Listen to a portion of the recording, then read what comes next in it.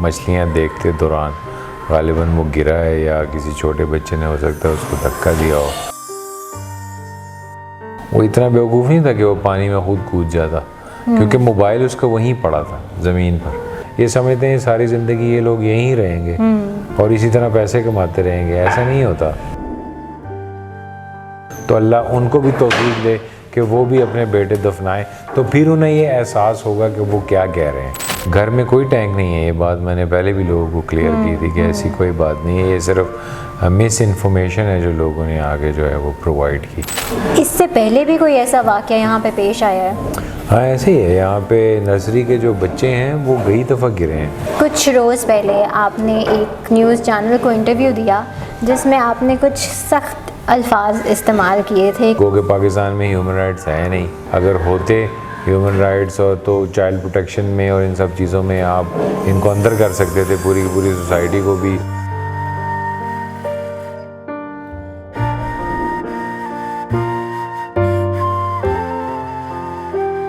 अस्सलामुअलैकुम, दस्तक टीवी के साथ मैं हूं आपकी मेज़बान हफ्सा खालिद। कुछ रोज़ पहले पाकिस्तान के सीनियर अदाकार बबरिक शाह के बेटे पानी में डूबने की वजह से इंतकाल कर गए और सोशल मीडिया पर खबर गर्दिश कर रही थी कि उनके बेटे की मौत पानी के टैंक में डूबने की वजह से हुई है। ये वाक़या कैसे पेश आया, क्या हुआ, आइए हम उन्हीं से ही जानते हैं। अस्सलाम वालेकुम सर। वालेकुम अस्सलाम। सर, बहुत अफसोस हुआ आपके बेटे का सुनकर। हम जानना चाहेंगे कि सर, जिस तरह कहा जा रहा है सोशल मीडिया पे कि आपके बेटे की मौत टैंक में गिरने से हुई है, ये लोगों को मिस अंडरस्टैंडिंग हुई है। ऐसा नहीं है, मैंने ये पहले भी वाज़िया किया था कि ऐसा नहीं है कि अक्सर वो मेरी लापरवाही की कहानी लगाकर और साथ में ही इस खबर को जो है वो मार्केट में जो है लोग अपने व्यूज़ लेने के लिए उसको जनरेट किया। ऐसा नहीं हुआ। ऐसा है कि वो बेसिकली मछलियों का एक पाउंड बना हुआ था बाहर, जिसमें वो गया है और उसने जो है वो वहाँ पर जो है वो मछलियाँ देखते दौरान गालिबन वो गिरा है या किसी छोटे बच्चे ने हो सकता है उसको धक्का दिया हो।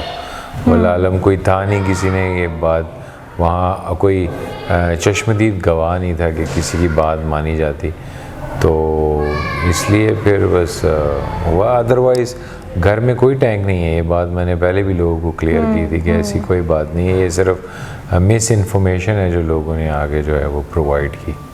अक्सर वो ब्लू टैंक की तस्वीर लगा के बिल्कुल सोशल मीडिया पे वही टैंक दिखाया जा रहा है कि इस टैंक में बच्चा गिर गया और नेग्लिजेंस वालिदैन की है। हाँ, ऐसा नहीं है कुछ, ये सरासर झूठ है, फजूल खबर है। सर, बच्चा अक्सर उस पाउंड के पास जाया करता था या उस दिन कुछ वैसे ही बाहर शरारतें करते हुए चला गया? नॉर्मली जब बच्चे बाहर जाते थे तो कोई ना कोई एल्डरली उनके साथ होता था, नहीं तो सारे भाई जो हैं वो इकट्ठे होते थे, दोनों बड़े भाई भी साथ में होते थे। तो वो इतने बेवकूफ़ नहीं है कि वो, इवन मेरा जो छोटा बेटा जिसका इंतकाल हो वो भी इतना बेवकूफ़ नहीं था कि पानी में खुद ही कूद जाता। कोई उसके साथ इंसिडेंट हुआ है या कि मैंने आपको बताया वल्लाह आलम किसी ने उसको धक्का दिया या खुद उसका पाँव फिसला, वो इतना बेवकूफ़ नहीं था कि वो पानी में खुद कूद जाता, क्योंकि मोबाइल उसका वहीं पड़ा था ज़मीन पर।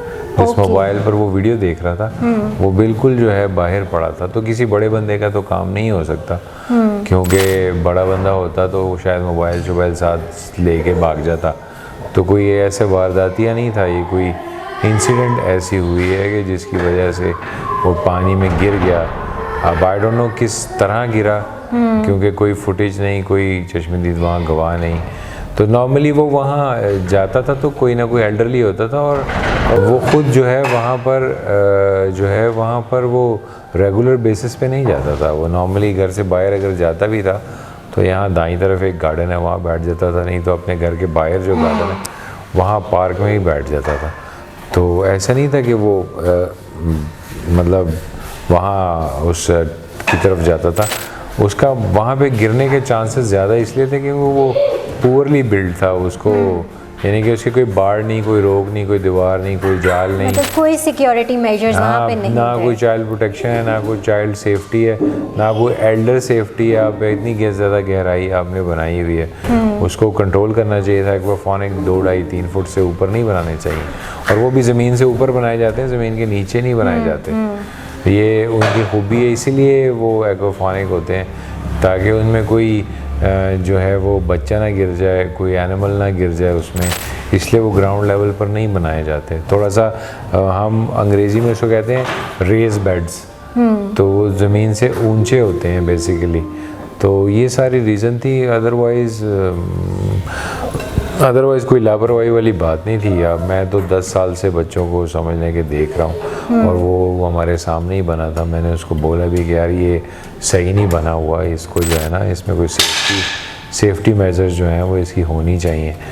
मगर आपको पता है पाकिस्तान है, यहाँ लोग सिर्फ वो चल और अपना काम निकालते हैं और जुगाड़ें ढूंढते हैं किसी तरीके से कि वो उनको पैसे ज़्यादा मिल जाएं, उनको ख़र्चा ना करना पड़े। तो इस पोजीशन में तो फिर कोई ना कोई ह्यूमन लॉस तो होगा। जब आप इस तरह सोचेंगे कि यार मेरे कौन से यहाँ बच्चे रहते हैं ना, वो मरने लोगों के मरने हैं, तो फिर तो समझ लें कि यही होगा। और अगर लोग ये सोचते हैं कि ऐसा होता रहे और हम जो हैं ऐसा करते रहें, तो अल्लाह का फुरूर रहीम है, वो देखने वाला है, वो भी फिर नहीं बख्शेगा इनको। इससे पहले भी कोई ऐसा वाक़या यहाँ पे पेश आया है? हाँ ऐसे ही है। यहाँ पे नर्सरी के जो बच्चे हैं वो कई दफ़ा गिरे हैं। स्पेशली मैंने उनसे पूछा था तो एक ने कहा कि वो गिरा, दूसरे ने कहा वो भी गिरा।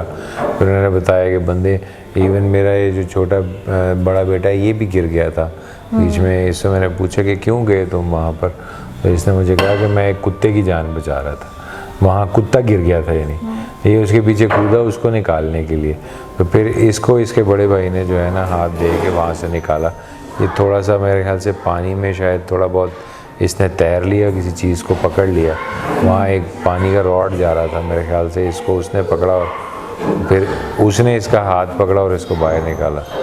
उसको भी फिर मैंने इसको कहा कि यार ये जगह सही नहीं है, इसको जो है वो इनके मुलाजमीन को मैंने कहा कि यार इसको जो है सिक्योरली किसी तरीके से बंद करें।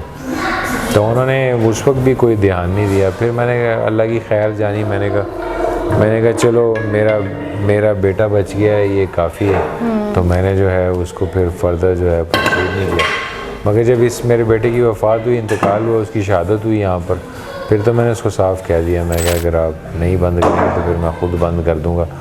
और फिर जो है कोई भी कानूनी कार्रवाई जो है मैं फिर उसको जो भी हो सका वो भी बंद पड़ा वो करूँगा। यूजुअली ऐसी कोई जगह अगर बनाई जाती है, कोई ऐसा तालाब बनाया जाता है, कोई नर्सरी बनाई जाती है, तो सोसाइटी की परमिशन लेके ये काम होता है? हाँ ऐसा ही है, चूँकि वेलफेयर सोसाइटी है, यहाँ पे लोग वेलफेयर के नाम से ही प्रॉफिट जनरेट कर रहे हैं, ठीक है। तो होना तो ऐसे ही चाहिए था, मगर सोसाइटी ने कहा कि नहीं हमें तो नोटिस में ही नहीं है, तो आप उनको तो इस परसू में इसलिए नहीं डाल सकते कि ज़ाहिर बात है जब ऐसे वाक़यात होते हैं तो हर बंदा पहले अपनी जान बचा रहा होता है कि किसी की बंदूक का मुँह मेरी तरफ ना आ जाए, तो वो सबसे पहले अपने आप को सेव करता है। मगर to be very honest, constitutionally भी अगर ह्यूमन राइट के हिसाब से भी देखें, क्योंकि पाकिस्तान में ह्यूमन राइट्स है नहीं, हमारे यहाँ वो चीज़ है नहीं। अगर होते ह्यूमन राइट्स और तो चाइल्ड प्रोटेक्शन में और इन सब चीज़ों में आप इनको अंदर कर सकते थे, पूरी सोसाइटी को भी और उसके ऑनर को भी। आपके पास लीगल राइट्स हैं, ठीक है, मगर हमारा कॉन्स्टिट्यूशन इतना स्लो है। चूँकि मुझे 2014 से अदालत आने जाने की वो मिली है लेवरेज, तो मैं अंदाज़ा लगा चुका हूँ कि हमारा कानून जो है वो कितना कोई एफिशिएंट है और वो क्या कर सकते हैं और वो क्या नहीं कर सकते। तो मुझे इस बात का फुली अंदाज़ा है, इसलिए मैं उस प्रोसीडिंग में गया ही नहीं। तो आपको यहाँ सेल्फ हेल्प पे ही सारा कुछ करना है, आप किसी से आप उम्मीद नहीं लगा सकते कि ऐसा है और वैसा है।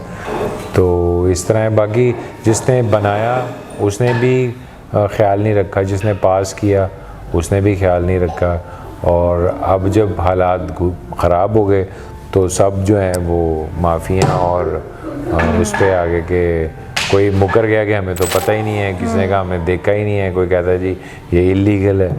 तो फिर इस तरह की सिचुएशन में बेहतर यही आप कर सकते थे कि जो अल्लाह देख रहा है वो अल्लाह उन सबको दिखाए।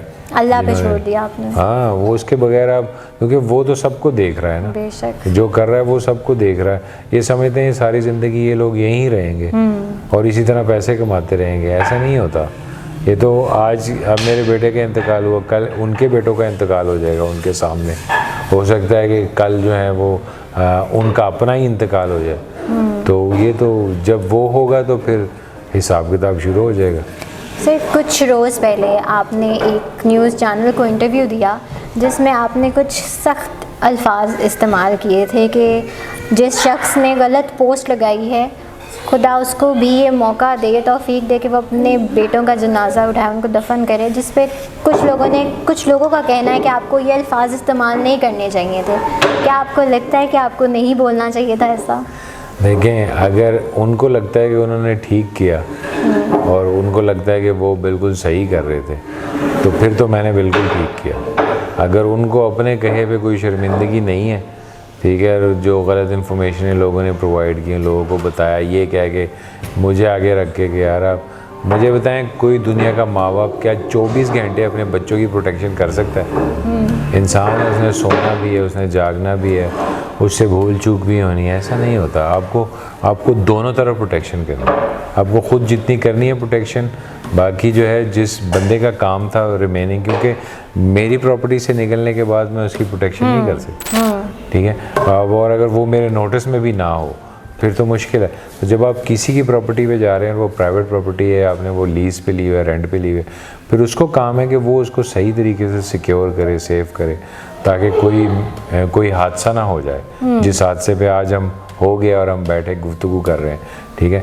तो फिर लोगों का रिएक्शन ये है कि रेदर देन कि वो ऑप्टिमिस्टिक होके उस चीज़ को, उस दर्द को, उस तकलीफ़ को कम करें, तो वो उल्टा उसको बढ़ा रहे हैं, ठीक है। तो फिर मैंने मजबूरन उनको इसलिए कहा क्योंकि नबी करीम सल्लल्लाहु अलैहि वसल्लम के साथ भी ऐसा ही हुआ। जब उनके बेटे का इंतकाल हुआ तो लोग खुशियाँ मना रहे थे मक्का में कि चलो शुक्र है इसकी आगे से नस्ल चलेगी नहीं, आगे से इसकी औलाद होगी नहीं। अब उनको क्या पता था कि अल्लाह ताला ने उनके लिए क्या सोच रखा है।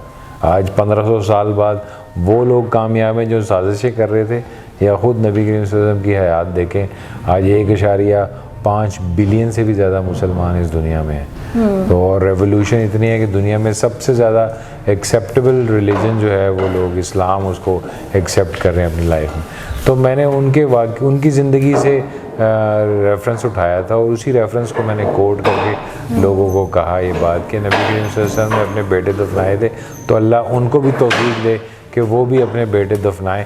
तो फिर उन्हें ये एहसास होगा कि वो क्या कह रहे हैं, क्योंकि जब तक आप पर कोई बीतती नहीं है, गुजरती नहीं है, तब तक आप यही सोच रहे होते हैं। मुझे जब मैंने देखा कुछ लोगों के औलादें नहीं थी, उन्होंने जब मुझे ताज़ियत के लिए फ़ोन किया तो उनके लिए वो एक बड़ी नॉर्मल सी बात थी।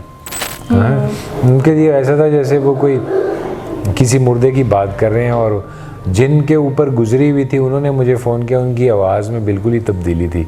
वो बात जानते थे कि उनके बेटों का इंतकाल हुआ था। मेरे कुछ ऐसे 20-25 दोस्त ऐसे हैं जिनके यहाँ हुआ था। वो उन्होंने जब फ़ोन किया तो उन सब की आवाज़ें अलग अलग थी, क्योंकि वो सब तकलीफ़ से गुज़रे हुए थे। और जो लोग नहीं गुज़रे हुए थे वो उनकी बातें, अभी भी मेरे पास कुछ लोग आए थे, वो गुफ्तगू कर रहे थे, अब वो हंस खेल के भी बात कर रहे थे बीच में। उनके लिए इसलिए नॉर्मल है क्योंकि उनके ऊपर बीती नहीं ना, किसी पे आप बीती नहीं है तो वो उस चीज़ का अंदाज़ा नहीं लगा सकता। जिस पे बीती हो वो अंदाज़ा लगा सकता है। तो जिन्होंने न्यूज़ चलाई वो सारे बच्चे ही होंगे, मतलब जो उनकी कितनी उम्रें होंगी, छोटे छोटे बच्चे होंगे, या 16 साल के, या 20 साल के, या 25 साल के। उनकी कोई ख़ास ऐसी उम्र नहीं हो, तो समझ लें कि पैसे कमाने के लिए, व्यूज़ जनरेट करने के लिए वो इस तरह की न्यूज़ ढूंढ रहे होते हैं कि किसी तरीके से हम उसको हाईलाइट करें और हमारे चैनल को व्यूज़ मिलें और या सब्सक्रिप्शंस हों। तो इसलिए वो जो है, और फिर जब भी कोई इन्फॉर्मेशन पास करें उसको हमेशा क्रॉस चेक किया करें। अगर आप इन्फॉर्मेशन को क्रॉस चेक नहीं करते और न्यूज़ लगा देते हैं तो ये आपकी गलती है, इसमें मेरा कोई कसूर नहीं है। तो ज़ाहिर बात है अभी एक ही दिन गुजरा था और इस तरह की लोग बातें कर रहे थे, तो मुझे फिर गुस्सा चढ़ा, फिर मैंने उनके लिए मजबूरन दुआ मांगी। बिल्कुल, औलाद का दुख माँ बाप से बेहतर कोई नहीं समझ सकता। ऐसे ही है। आप उन लोगों के खिलाफ कोई एक्शन लेंगे? देखिए, कोई भी लीगल एक्शन उन लोगों के ख़िलाफ़ लेने का कोई फ़ायदा नहीं। मैंने तो समझ लें कि उनके ख़िलाफ़ कोई एक्शन नहीं लिया जो कि नर्सरी के ऑनर थे और अपनी सोसाइटी के ख़िलाफ़ थे। जो लोग मीडिया पे बातें कर रहे थे उनके ख़िलाफ़ कोई एक्शन लेने का फ़ायदा भी नहीं। वक्त के साथ साथ वो लोग समझ जाएंगे, अभी नादान है, मैं समझता हूँ वक्त के साथ साथ वो लोग भी समझ जाएंगे। तजुर्बा जो है और वक्त, ये बहुत बड़ा मरहम है, ये इंसान को आहिस्ता आहिस्ता जो है बहुत कुछ सिखाता है। मैं भी जब 16 साल का था तो मैं दुनिया को और रंग से देखता था, अब जब समझ आ गई है तो मैं दुनिया को और रंग से देखता हूँ। बहुत शुक्रिया सर आपके वक्त का और लोगों को सच्चाई बयान करने का। औलाद का दुख क्या होता है ये वही माँ बाप समझ सकते हैं जो अपनी औलाद को खो देते हैं। ऐसे ही। हम सब आपके दुख में शरीक हैं सर। अल्लाह आपको सब्र दे। अभी के लिए दीजिए मुझे इजाज़त। अल्लाह हाफ़िज़।